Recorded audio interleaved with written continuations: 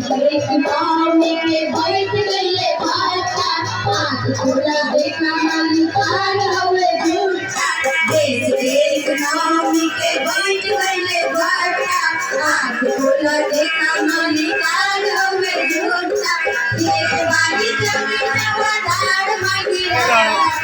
एक बारी जमीन पधार मांगिला बेरोजगार पानी साहेब रोजगार मांगिला बेरोजगार पानी साहेब रोजगार मांगिला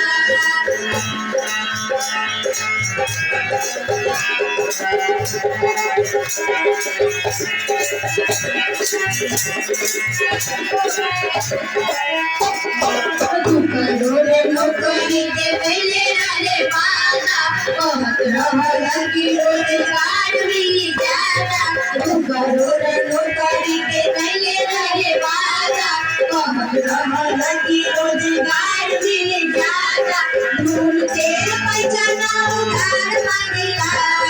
धूल तेल पैसा ना उधार मांगिला बेरोजगार पानी साहेब रोजगार मांगिला बेरोजगार पानी साहेब रोजगार मांगिला भीख नहीं हम सरकार मांगिला भीख नहीं हम सरकार मांगिला बेरोजगार पानी साहेब रोजगार मांगिला बेरोजगार पानी साहेब रोजगार मांगिला बेरोजगार पानी साहेब